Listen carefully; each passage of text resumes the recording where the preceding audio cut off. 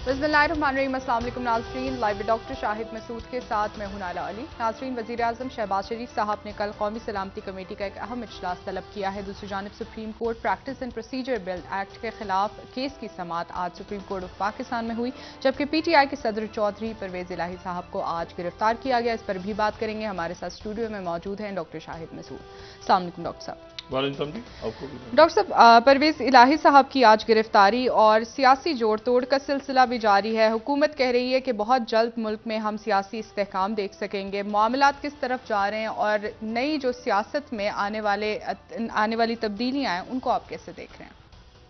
ये जी वही मैं तो एक मौक़िफ़ रखता हूँ कि ये जो तमाम सिस्टम है ये कोलैप्स हो गया। ये जोड़ तोड़ नहीं है भाई, ये तोड़ फोड़ है। ये सियासी तोड़ फोड़ है, ये जोड़ तोड़ इसमें अब गुंजाइश नहीं है। ठीक। और परवेज़ इलाही साहब जो हैं वो पाकिस्तान की सियासत, जो अमली फ़ाल सियासत उसमें उनका एक बड़ा अहम किरदार। और वो जो हैं मतलब उनके ख़ानदान, उनकी जो फैमिली है, यानी परवेज़ इलाही साहब जो हैं वो चौधरी शुजात साहब के कज़न हैं। दो भाई, ज़हूर इलाही साहब और मंजूर इलाही साहब, जी। ये दोनों जो हैं ये आते हैं अमृतसर से गालिबन, या मशरक़ी पंजाब के किसी और शहर से, लेकिन ये आते हैं और गुजरात में आके सेटल होते हैं। और उसके बाद यहाँ पर ये अपनी फैक्ट्रीज वगैरह, एक भाई जो है वो बिजनेस की तरफ ज़्यादा रहता है, वो कारोबार देखता है, यानी मंजूर इलाही साहब। जी। और एक भाई सियासत में चला जाता है, यानी ज़हूर इलाही साहब। तो जो मंजूर इलाही साहब हैं उनके साहबजादे फिर परवेज़ इलाही साहब हैं और मुन्नस इलाही साहब हैं।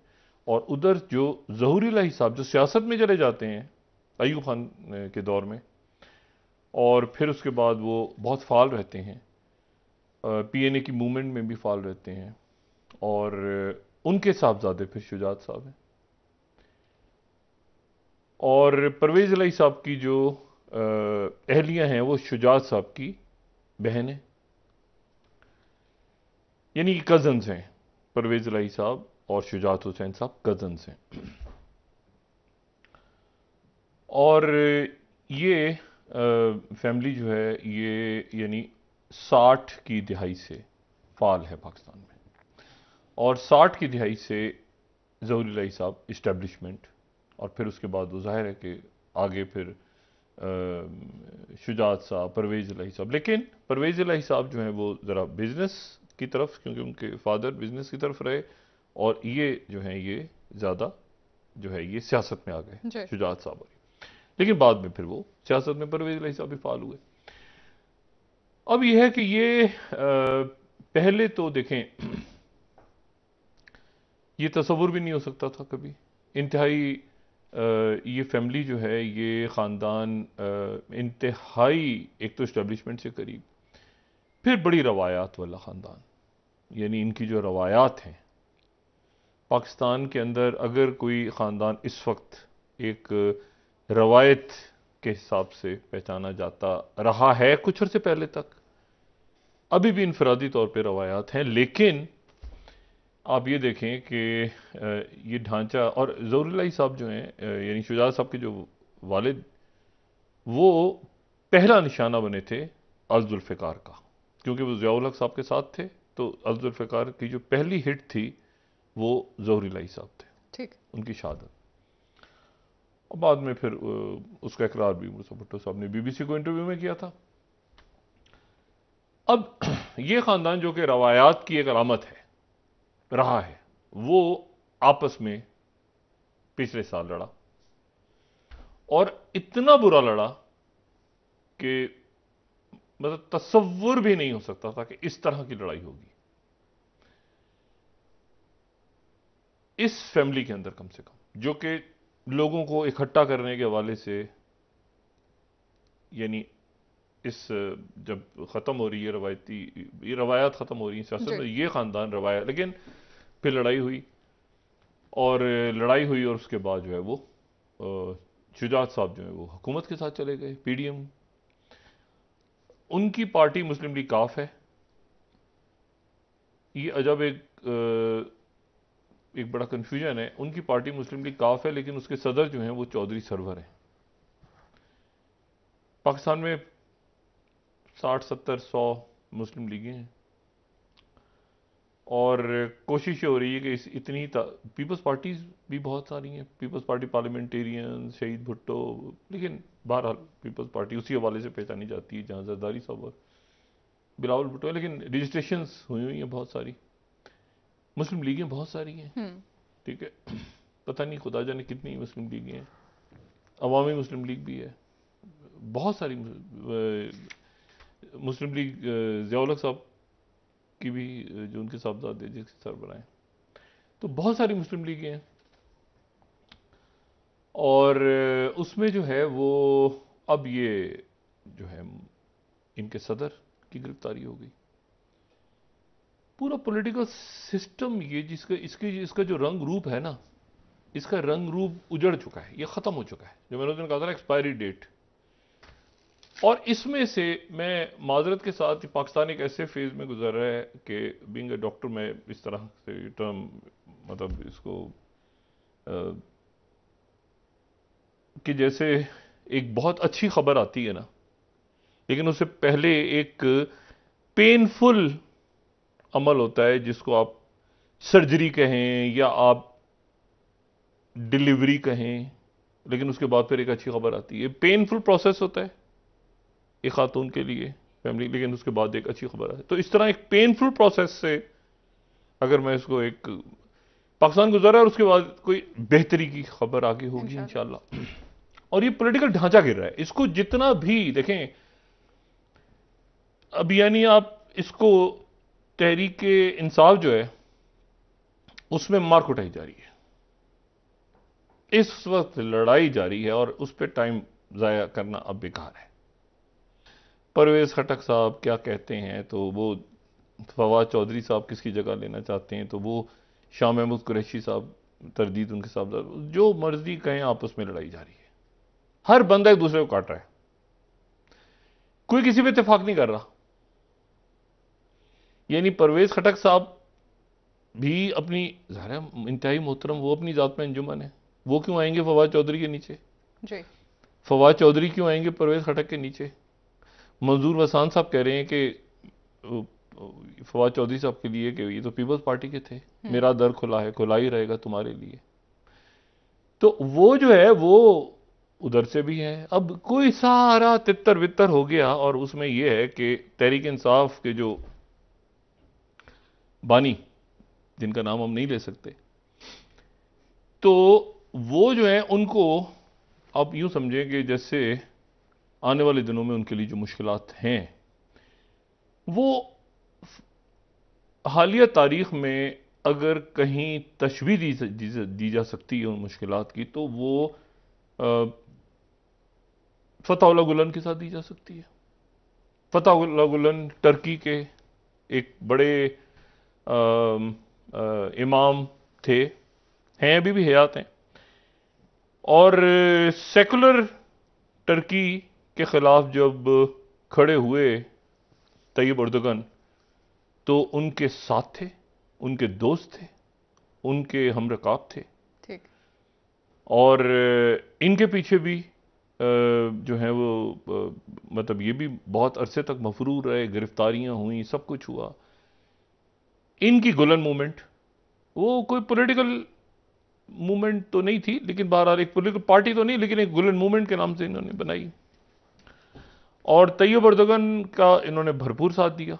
2002 में जब पहली दफा तैयब अर्दोगन आए, 2010 में इनके इख्तिलाफात शुरू हो गए, और पुरानी इस्टेब्लिशमेंट जब खत्म हुई, जो मुस्तफ़ा कमाल पाशा के जो सेकुलर इस्टेब्लिशमेंट थी, तो इख्तिलाफात पैदा हुए। इनका ज़्यादा इन्फ्लुएंस आना शुरू हो गया जुडिशरी पे और पुलिस सर्विसेज और अहम ओहदों पे, यहाँ पे जो तैयब उर्दोगन है वो वोटर्स की तरफ, वो अवाम वोटर्स, ये वाली साइड थी सिक्योरिटी, ये इधर आने शुरू हो गई, फिर झगड़ा हुआ, इल्ज़ाम लगे करप्शन के, एक दूसरे पे इल्ज़ामात लगे, और 2013 के अंदर तकरीबन इनकी लड़ाई शुरू हो गई आपस में, और उसका नतीजा जो है वो 2016 में सामने आया, एक नाकाम बगावत की सूरत।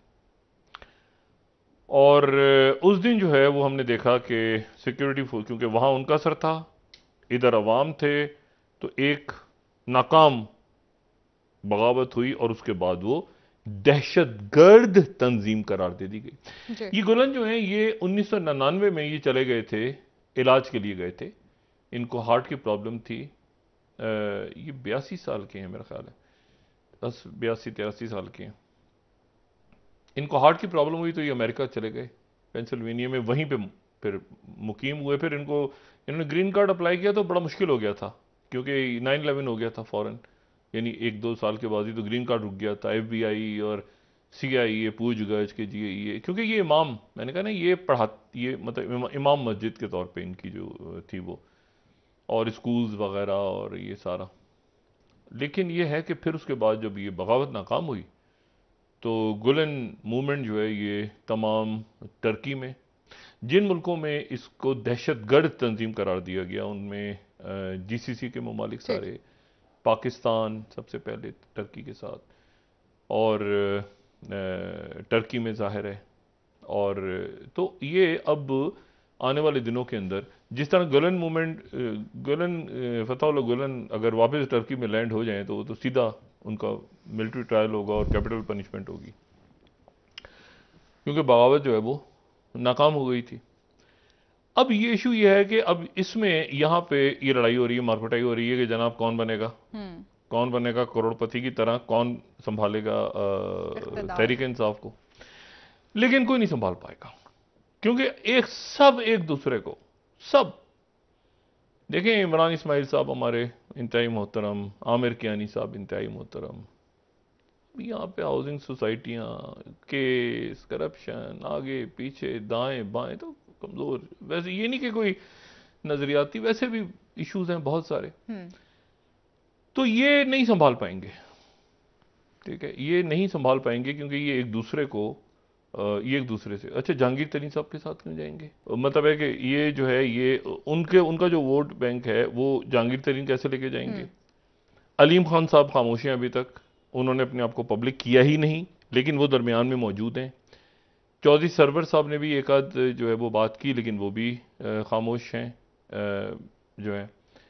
तो इशू ये है कि इस मतलब उनकी भी कोई यानी फाल किरदार समझ नहीं आ रहा कि चौधरी सरवर का क्या किरदार होगा। क्या वो जहांगीर तरीन साहब के साथ होंगे?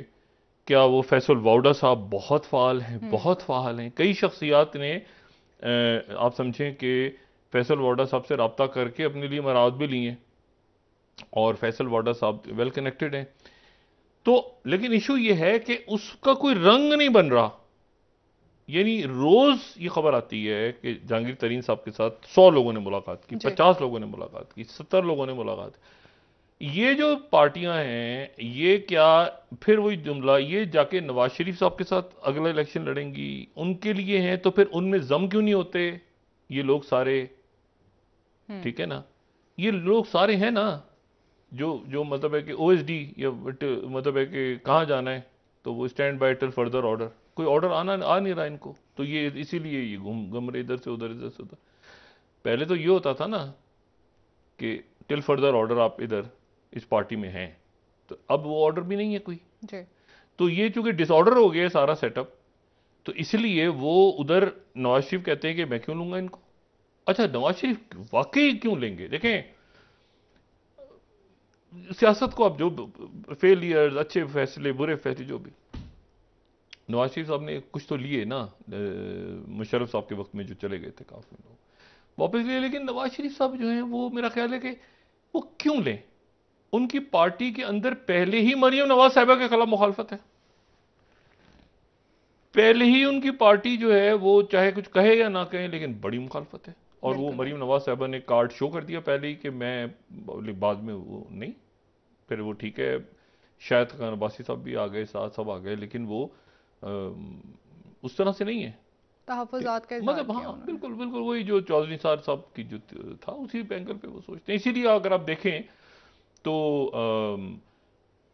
मतलब है कि वो जो पॉलिसी है हुकूमत की, तो वो पॉलिसी पे वो इस वक्त अगर सबसे ज़्यादा आपको रियासती पॉलिसी, दो शख्सियत, सियासत एक तरफ कर दें, लेकिन रियासत की अगर पॉलिसी आपने देखनी है तो दो शख्सियत ऐसी हैं जो कि रियासत की पॉलिसी आपको बताती नजर आएंगी। एक ख्वाजा आसिफ साहब और एक राना सनाउल्लाह साहब। ख्वाजा आसिफ साहब ज्यादा। अच्छा, लेकिन इसमें इशू तो अब मामला यह है कि आने वाले दिनों में चूंकि ये फौजी ये जो 1900 मुकदमात। मुकदमात वो तेजी के साथ चल रहे हैं, सजाएं पहला उसमें एक पहली जो है आ जाएगी, पहली सजा किसी भी वक्त 7 दिन 12 दिन। और इसी दौरान जो है वो आज हमने अदालत में देखा तो अदालत के अंदर तलखियां कुछ हुकूमत और अदालत की कम होती नजर आ रही हैं। बिल्कुल बिल्कुल। एक लग रहा है कि जैसे खामोश सी एक मुफाहमत सी है हुकूमत और सुप्रीम कोर्ट के दरमियान। और आज था ना वो जो प्रोसीजरल बिल, जी। तो उसके ऊपर वो उन्होंने कहा कि उन्होंने कहा नज़रसानी कि हाँ करेंगे एक नजरसानी मरतबा। कर लें, ऐसा हो कि बेहतर हो जाए, दोनों मतलब दो दोबारा आ जाएं। तो मतलब वो कोई तलखी कोई इस तरह के रिमार्क्स ऐसी कोई बात नहीं, उन्होंने कहा बेहतरी की तरफ। तो वो अदालत और हुकूमत के दरमियान जो है वो एक यानी सुप्रीम कोर्ट के दरमियान जो कि यानी इसका मतलब है कि सुप्रीम कोर्ट के अंदर भी जो एक तनाव था वो भी खत्म होना चाहिए, क्योंकि वहां पर अपीलें आनी है बहुत ज्यादा। हाई कोर्ट में और सुप्रीम कोर्ट में बहुत ज्यादा अपील्स आनी है आने वाले दिनों में। तो बहुत जरूरी है कि वो अदारा अपनी साख बरकरार रखे अवाम के सामने भी, और आपस की जो है ना कि आज भी मैं देख रहा था क्लिप चल रहा है, उसने हाथ नहीं मिलाया, ये चले गए, ये छोटी छोटी बातें, ये इनको दरगुजर करके जो एक बड़ी पिक्चर इमर्ज हो रही है मुल्क में भी, और जाहिर है कि इलेक्शन की तरफ जब भी जाना है। अच्छा, अब ये देखें, अब ये क्या रौला पड़ा हुआ है मईशत का। यानी आईएमएफ के साथ हमारा माहिदा नहीं हुआ और हो भी नहीं सकता, लेकिन उसके बावजूद जो है वो हमने कोई, मेरा ख्याल है कि हम किसी सूरत भी कॉम्प्रोमाइज़ करने को चूंकि तैयार नहीं है मुख्तलिफ मामलात पे, इसलिए हमने जो है वो मतलब मेरा ख्याल से 88 अरब रुपए की तरक्याती मंसूबे रखे हैं। 88 अरब से ज़्यादा, ठीक है, 88 अरब के तरक्याती मंसूबे भी हमने इसमें रखे हुए, पैसे भी देने हैं। और सिर्फ उनको नहीं देने जो मतलब बस सबको देने हैं, कहाँ देने, क्यों देने, क्या देने। और अब आईएमएफ को मुआहिदा भी नहीं हुआ, आईएमएफ को मुआहिदा हो भी नहीं सकता, क्योंकि नवा स्टाफ लेवल मुआहिदा होगा, फिर 10वां होगा, फिर उसके बाद पता नहीं कौन सा हो। तो अब तो जून आ गया, बजट है, चंद रोज हैं। महंगाई पाकिस्तान जब से कायम हुआ है तब से लेके आज तक सबसे ज्यादा 38% महंगाई है। और लोगों को अभी डॉलर नीचे हो रहा है, ऊपर हो रहा है, ये क्या हो रहा है। 19 रुपए कम हुआ है हाँ, लेकिन मसला ये है कि कम तो हुआ है, लेकिन उसके नतीजे में क्या ये बाहर जो मुर्गी और गोश्त और हाँ पेट्रोल की कीमत भी कम हुई है, और शायद और भी करें। लेकिन इशू ये है कि वो जो एक था ना कि जी हम मतलब है कि मुश्किल गैर मकबूल फैसले करके और हम महंगाई और इस पे मुल्क को बुहरान से निकाल लेंगे, तो गैर मकबूल फैसले तो वो उस वक्त वो कर रहे थे मिफ्ता इस्माइल जी। तो गैर मकबूल फैसले करके वो आईएमएफ को भी आगे ले जाते। लेकिन यहां ये हुआ कि ना आईएमएफ हुआ, ना वो गैर मकबूल फैसले भी हो गए, महंगाई भी बढ़ गई। उधर वो जनाब उन फैसलों के रिजल्ट्स आएंगे, मरियम औरंगजेब साहिबा कह रही हैं आइंदा आने वाले दिनों में। फैसलों के रिजल्ट मुझे नहीं पता। महंगाई तो देखें, एक लिहाज से ही डॉलर का ये जो क्रेडिट कार्ड से पेमेंट्स लोग कर रहे हैं जो उस पर असर पड़ेगा, लेकिन नीचे ग्राउंड पे जो महंगाई है वो तो नहीं कम हो रही ना। देखिए पेट्रोल का जब तक रियासती रेट ऐसी नहीं होगी कि जी पेट्रोल की कीमत कम हुई है तो किराए पे कितना फर्क, वो कहते हैं यार पता ही नहीं कल फिर बढ़ जाएगी, तो हम क्यों किराया ऊपर नीचे करते रहें।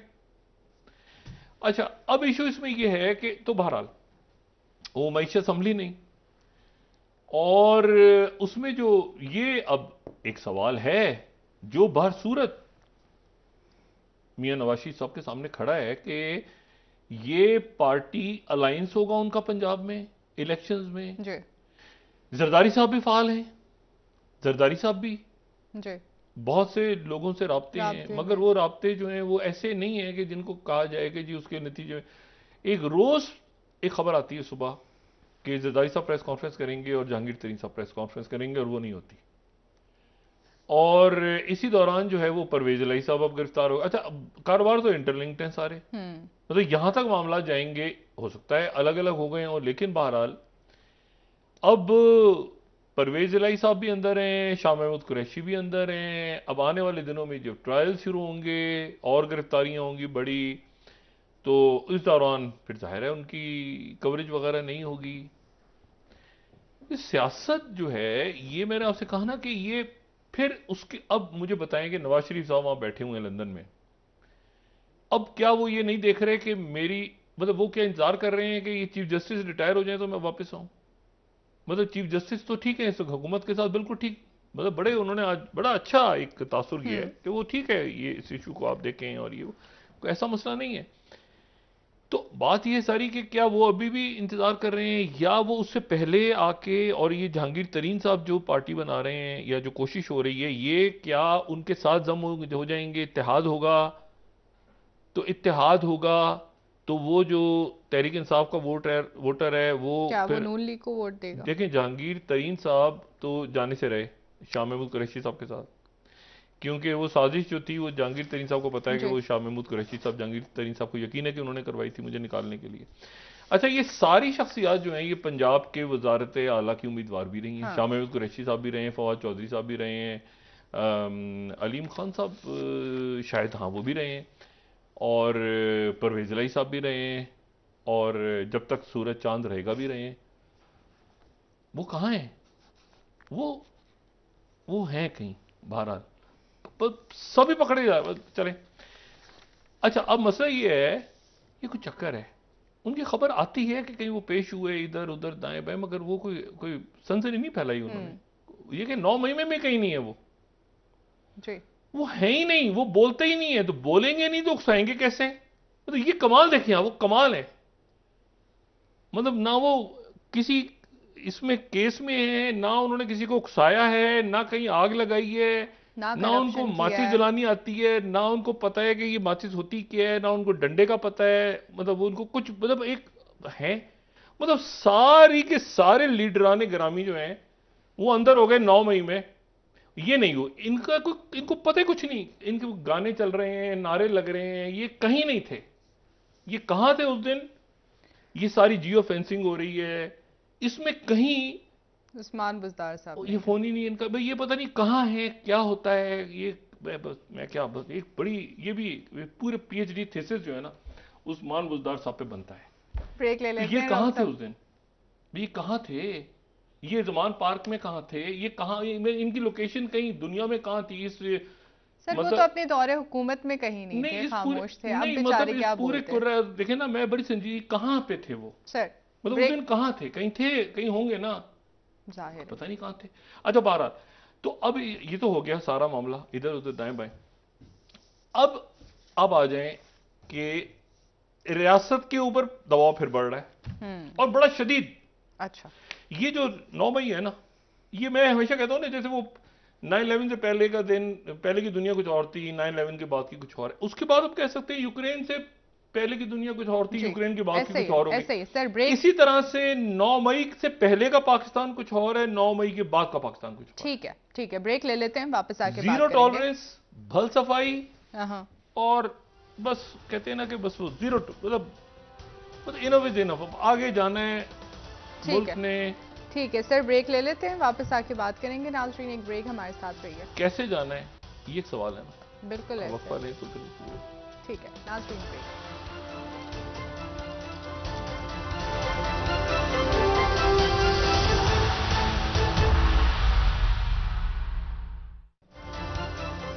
वेलकम बैक नाजरीन। जी डॉक्टर साहब, सियासी मामलात पर तो बात कर ली, लेकिन जो आलमी सतह पर इस वक्त मुल्क को चैलेंजेस है, रियासत क्या उनसे निपटने के लिए तैयार है और क्या कोई इस तरह की सॉल्यूशंस हमारी रियासत के पास ये मौजूद जो है? आज बात की है ना, ये जो तकरीबन हो ही गया ऐलान कि जी इसमें हम आईएमएफ का जो अगला प्रोग्राम होगा उसमें जाएंगे जून में, और वो उसकी शराइत बहुत सख्त होंगी। सर, तो 24 अरब डॉलर हमने वापस करने हैं सिर्फ एक साल में। तो ये हुकूमत जो है ये जब जाएगी तो इसके बाद जो भी सेटअप आएगा, इलेक्शंस होंगे, अगली हुकूमत, उसके लिए बेतहाशा मसाइल होंगे। यानी किसी किस्म की कोई मतलब रिलीफ बस यही होगी कि मजीद तकलीफ शायद ना पहुंचाई जाए, यही रिलीफ होगी। लेकिन वो इतनी, उसके बाद फौरी तौर पे मुल्क में एक बड़ा माशी बहरान जी। अगले 1-2 महीनों में हमारे सामने खड़ा होगा, क्योंकि हमने ना आईएमएफ के साथ प्रोग्राम किया, ना हमने किसी किस्म, मतलब कुछ भी नहीं हुआ, और महंगाई भी अरूज पे चली गई, और उसके बाद एक तूफान आएगा महंगाई का और मसाइल का। तो इस पूरी सूरत हाल में यहाँ पे ये जोड़ तोड़ और ये सारे मामला चल रहे हैं, जिसकी तरफ अब जाहिर है कि लोगों की दिलचस्पी कितनी रहती है कितनी नहीं रहती। उसकी वजह यह है कि इश्यूज इतने गंभीर हो गए हैं, और मतलब है कि अब इंतखाबात में कैसे अलाइंसेस बनेंगे, कौन किस पार्टी को ऐड करेगा, कौन किसका किसके साथ होगा, मतलब पीडीएम क्या रहेगी शक्ल में या वो टूटेगी। मतलब जरदारी साहब यहाँ मौजूद हैं, नवाज शरीफ नहीं आ सकते, उनके भाई की हुकूमत है, वो जरदारी साहब इस वक्त जाहिर है कि वो साथ लोग शामिल कर रहे हैं, जहांगीर तरीन साहब का है। तो मतलब एक अजीब सी एक सूरत हाल है, और उस सूरत हाल के अंदर मैं नहीं जानता कि ये गैर यकीनी कहाँ पे जाएगी। अच्छा, प्रेशर्स पाकिस्तान पे बतौर रियासत बहुत बढ़ चुके हैं इस वक्त कि आप यहाँ पे एक स्टेबिलिटी देखें। ये जंग खराब हो रही है यूक्रेन की, जो मैंने जी। बात पहले भी की, और मैं बार बार कह रहा हूँ कि ये जंग खराब हो रही है, खराब हो रही है। और जैसे ये पाकिस्तान में हम कह रहे हैं ना 9 मई से पहले, 9 मई के बाद, इस तरह यूक्रेन 9/11 के बाद की दुनिया बस खत्म हो गई ना, वॉर ऑन टेरर। अब शुरू हो गया है फिर दोबारा रशिया और चाइना। अच्छा, और अमेरिका बहादुर जो है वो मुसलमानों का हमदर्द बन गया है, क्योंकि उसको चाइना में वो यूगर मुसलमान और ये सारे। अब इशू ये है कि वो इसमें यूक्रेन की जंग आ गई है, और यूक्रेन की जो जंग है वो देखें, ये मोल्दोवा एक मुल्क है। मोल्दोवा में आज जो है वो यूरोपीय यूनियन के जो है वो ममालिक शरीक हुए। मोल्दोवा खुद यूरोपीय यूनियन में नहीं है। जी। यानी मोल्दोवा जो है वो बिल्कुल, आप समझें कि उसकी 3 तरफ जो है वो यूक्रेन है, एक तरफ रोमानिया है। ठीक है। ये मोल्दोवा जो है ये भी सोवियत यूनियन में था। लेकिन मोल्दोवा जो है वो कोशिश कर रहा है कि हम किसी तरह आ जाएं नेटो में, और हम किसी तरह से आ जाएं ईयू में, मगर वो ईयू में नहीं आए तो वो नेटो में कहां से जाएंगे। अच्छा, इसी तरह से यूक्रेन जो है वो भी कोशिश कर रहा है, उसने वादा कर लिया था जॉर्ज बुश ने 2008 में कि जॉर्जिया को और यूक्रेन को हम बस अभी फौरन ले लेंगे। प्यूटिन ने कहा था उस वक्त कि ये ध्यान में रखना कि आगे नेटो नहीं आएगा। उस वक्त लाइट लिया, नतीजा जॉर्जिया की जंग हुई, ठीक है, और फिर जॉर्जिया की जंग हुई, और वो फिर हम जानते हैं। तो इसी तरह से यहाँ पे 2014 में उन्होंने यहाँ पे रेवोल्यूशन खड़ा किया, और जो प्रो रशियन वजीर आजम थे यहाँ के, जो सदर थे जी। यूक्रेन के, उनको फरार होके रशिया जाना पड़ा, और नतीजतन रशिया कूद गया। इसीलिए मैं कहता हूँ ना, प्यूटिन ये जो मुजाहरे अदम इस्तेकाम ये जो सारी होते हैं, तो प्यूटिन जानता है, चाइना भी जानता है किसी भी, उसको प्यूटिन को यकीन है कि इसके पीछे अमेरिकन थे। वो आए रशियंस, उन्होंने क्रीमिया लेके चले गए। अब जनाब मसला ये है कि वो समिट होनी है, ये नेटो के सरबराहान का इजलास होना है, ठीक है, और उस इजलास की तैयारी के लिए यूरोपीय यूनियन वाले जमा थे मोल्दोवा में, और जो नेटो के वज़राए खारजा थे वो मौजूद थे नॉर्वे में। और अब ऐलान क्या करें उसमें, भाई उसमें क्या ऐलान करें। हमने मेंबरशिप देनी है, एक तो ये कि वो नेटो के जो सेक्रेटरी जनरल हैं वो आ रहे हैं टर्की रिक्वेस्ट करने कि भाई आप ज़रा कम से कम ये जैसे आपने फिनलैंड के ऊपर से इजाज़त दी है तो आप स्वीडन के ऊपर से भी दें जी। लेकिन मसला ये है कि ये जो है ये अब एक फटीक में जा रहे हैं, अगले साल इलेक्शन होना है, ठीक है, वो बड़ी मुश्किल से वहां पर कोई वो जो डिफॉल्ट विफॉल्ट से निकल गए हैं, वो एक मुआहदा हुआ है, वो जो डेट सीलिंग और वो सारा, लेकिन वो इंटरनल केओस है बहुत ज्यादा। इलेक्शन ईयर शुरू हो रहा है अमेरिका में, बिल्कुल। कैंडिडेट्स आ रहे हैं आगे पीछे दाएं बाएं, दोबारा ट्रंप आ रहा है, देखिए ना, ट्रंप खड़ा हो रहा है सामने बाइडेन के। अच्छा, अब इशू ये है सारा कि वो इस पूरी पिक्चर में ये एक फ्रोजन कॉन्फ्लिक्ट फंस गए जंग, इसको पीस प्रोसेस करें, या ये कि नेटो की जंग खत्म होने के, मतलब ये जंग खत्म हो जाए, यूक्रेन को क्या करना है, मतलब यूक्रेन को इसको। अच्छा, अब जेलेंस्की भी पैनिक में है, जाहिर है कि वो जंग ऐसी है कि आहिस्ता आहिस्ता मुल्क जो है वो चाह रहे हैं कि कोई पीस प्लान हो जाए, चाइना करे उसको, टर्की करे उसको, सऊदी अरेबिया करे, कोई मुल्क करे, लेकिन ऐसा मुल्क जो दोनों के ऊपर जिसका असर हो, और वो जो है वो मामला नहीं बन पा रहा। और चाइना सुकून से बैठे, चाइना को देखें, ये इलेक्शन ये शुरू हो गया तो चाइना के लिए कोई इशू नहीं, प्यूटिन के लिए मामला खराब है, क्योंकि मॉस्को पे गिरे आके, और मॉस्को तक मिसाइल्स का गिरना जो है ये मजाक नहीं है। और ये क्यूबन मिसाइल क्राइसिस से ज्यादा बड़ा क्राइसिस है कि मॉस्को के ऊपर आके मिसाइल्स गिरे। ये बिल्कुल ऐसे ही है कि मतलब व्हाइट हाउस पे या किसी और जगह टाइप, मैंने कहा ना ये मतलब सीरियस मामला है। तो यूक्रेन को अब यहां तो पीस की तरफ नहीं है मामला, ये तो दोबारा उधर अमेरिकन आगे पीछे, अमेरिकन ने ऐलान कर रहे हैं कि भाई हमने नेटो में लेना है, यूक्रेन को नहीं लेना। दरमियान में चाइना आराम से बैठा है सुकून से कि भाई जो भी कुछ होगा आखिर में नतीजा हमने इसको हल हम नहीं करना है इशू को। वो ब्रिक्स की समिट हो रही है वहां पे जो हो रहा है सारा, लेकिन असल जो बात है वो ये है कि इसका हल चाइना के पास ही है। पाकिस्तान पर जो दबाव बढ़ रहा है, देखिए पाकिस्तान पे ये दबाव बढ़ रहा है कि इश्यूज इतने ज्यादा हैं। मैंने आपसे कहा ना कि हम इस वक्त जो इंटरनेशनल मामलात हैं ना उसमें हम ठीक हैं, मतलब ये सवाए इसके कि ये क्या रौला पड़ा है इसमें आईएमएफ के अंदर, लेकिन वो भी एक ऐसी पिक्चर है जिसके अंदर बहरहाल आप जो मर्जी कह लें, आईएमएफ भी तो वर्ल्ड बैंक के मुकाबले में तो ऐसे ब्रिक्स बैंक ऐसे तो नहीं बन गए ना दुनिया में, ऐसे तो नहीं डी डॉलराइजेशन का किस्सा चल पड़ा ना भाई, कोई ना कोई ऑर्डर बदल रहे हैं ना दुनिया में, ठीक है ना। तो अब इसमें यह है कि अब इसके अंदर जो वो क्या ऐलान करते हैं वहां पे, उससे पहले कोई ना कोई ऐलान कर रहे हैं। जुलाई में है नेटो समिट, जुलाई में है, यानी जून शुरू हो गया, जुलाई से पहले पहले ऐलान करना है नेटो ने कि भाई हमने यूक्रेन का क्या करना है। उससे पहले पहले वो नेटो प्लस का ऐलान होना है, वो इधर जो है वो ये प्राइम मिनिस्टर मोदी ने जाना है अमेरिका, और स्टेट विजिट एक हाईएस्ट लेवल।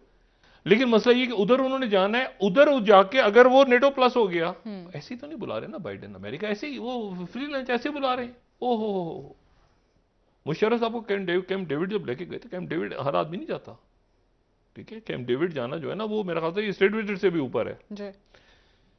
तो कैंप डेविड बहरहाल, तो अब मसला ये है कि वो कुछ ना कुछ तो इश्यूज वो क्या करेंगे ना कि भाईजान आप इधर आ जाएं तो हम ये करते हैं वो करते हैं, इसका मतलब वो ब्रिक्स से अब वो वक्त आ गया कि जहां पर जो है वो ब्रिक्स से अलग हो, क्योंकि अमेरिका, लेकिन वो कैसे अमेरिका अपनी फौज उतारेगा।